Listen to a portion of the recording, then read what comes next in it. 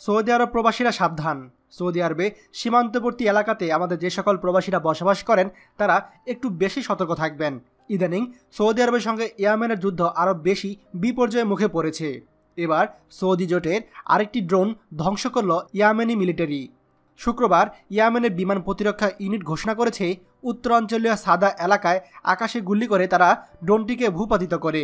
Saudi নেতৃত্বাধীন অগ্রাসী বাহিনীর গোয়েন্দা তৎপরতা চালাতে ড্রোনটি সাদা এলাকায় পাঠিয়েছিল।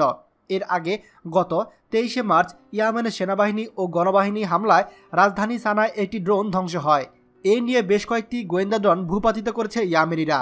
আমেরিকা ও সংযুক্ত আরব আমিরাত সহ আরও কয়েকটি দেশের সহযোগিতায় 2015 সালের মার্চ থেকে দরিদ্র প্রতিবেশী দেশ ইয়েমেনে হামলা শুরু করে সৌদি আরব।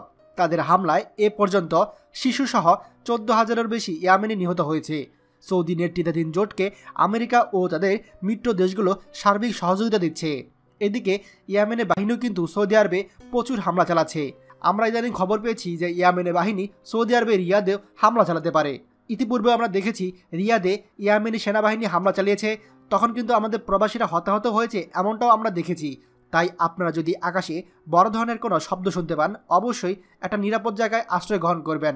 মনে রাখবেন, নিজের জানমালের দায়িত্ব গ্রহণ করা আপনার জন্য সবথেকে বেশি ফরজ। অবশ্যই নিজে সতর্ক থাকবেন, পাশাপাশি আপনার পাড়া প্রতিবেশী প্রবাসীদেরকে বলে রাখবেন যাতে তারাও এ বিষয়ে সতর্ক থাকে।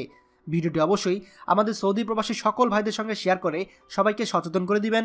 আর আপনি যদি আমাদের চ্যানেলে নতুন হন তাহলে অবশ্যই আমাদের চ্যানেলটি সাবস্ক্রাইব করবেন সৌদি আরবের সকল গুরুত্বপূর্ণ খবরাখবর সবার আগে পাওয়ার জন্য।